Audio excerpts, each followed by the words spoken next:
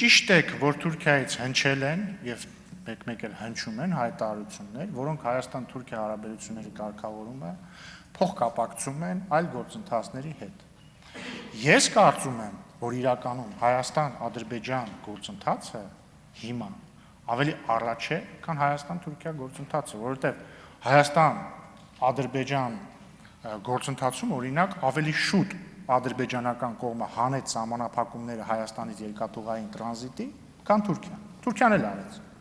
Կամ Հայաստանի եւ Ադրբեջանի միջեւ հիմա ուղիղ առևտուր կա, նկատի ունեմ նավթամթերքի։ Եվ ես կարծում եմ, որ ժամանակն է,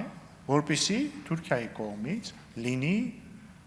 առավել ակտիվ առաջընթաց Հայաստան-Թուրքիա կարգավորման գործընթացում, դա վաղուց հասունացված է եւ չգիտեմ պատճառ, ես չեմ կարող մատնանշել պատճառ, թե ինչու պիտի Հայաստանն ու Թուրքիան հենց վաղը չունենան դիվանագիտական հարաբերություններ եւ թե ինչու հենց վաղը չպիտի Հայաստան-Թուրքիա սահմանը բաց լինի։ Արդյոք գործընթացը գնացել է այն արագության, որը մենք կամ ես կուզեի տեսնել, ոչ, ես կուզեի, որ գործընթացը ավարտված լիներ տարիներ առաջ։ Բայց համաձայն եք, որ Հայաստան-Թուրքիա գործընթացը բարդ գործընթաց է եղել եւ ըստ էության Հայաստանի անկախության առաջին տարիներից սկսած են բոլոր իշխանությունները, այդ թվում ձեր իշխանությունը փորձել է այդ գործընթացը պսակել հաջողությամբ։ Բայց ես վստահ եմ, որ Հայաստան-Թուրքիա լիակատար կարգավորումը ժամանակի հարց է եւ շատ մոտ է այդ կարգավորումը։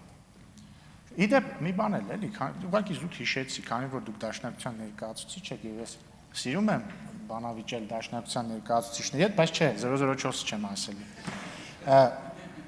2000 օգոստոսի 1-ը երեկվա օրը իրական խորհրդարանշանական օր է, որտեղ եթե ես չեմ սխալվում, 2018 թվականի հայկական առաջին խորհրդարանի առաջին նիստը տեղի է ունեցել օգոստոսի 1-ին։ Եվ գիտեք այդ օգոստոսի 1-ին խորհրդարանում, երբ որ Դաշնակցությունների իշխանության ովքեր են հրավիրված եկել, Թուրքիայի ներկայացուցիչները։ Եվ դա նշանակում է, որ Դաշնակցության պատգամավորները շփվել են Թուրքի հետ։ Բայց սա աբսուրդի ժանրից բան ես հիմա ասացի, ուզում եի ուղղակի մատնացույց անել, թե ինչա աբսուրդը։ Շնորհակալություն։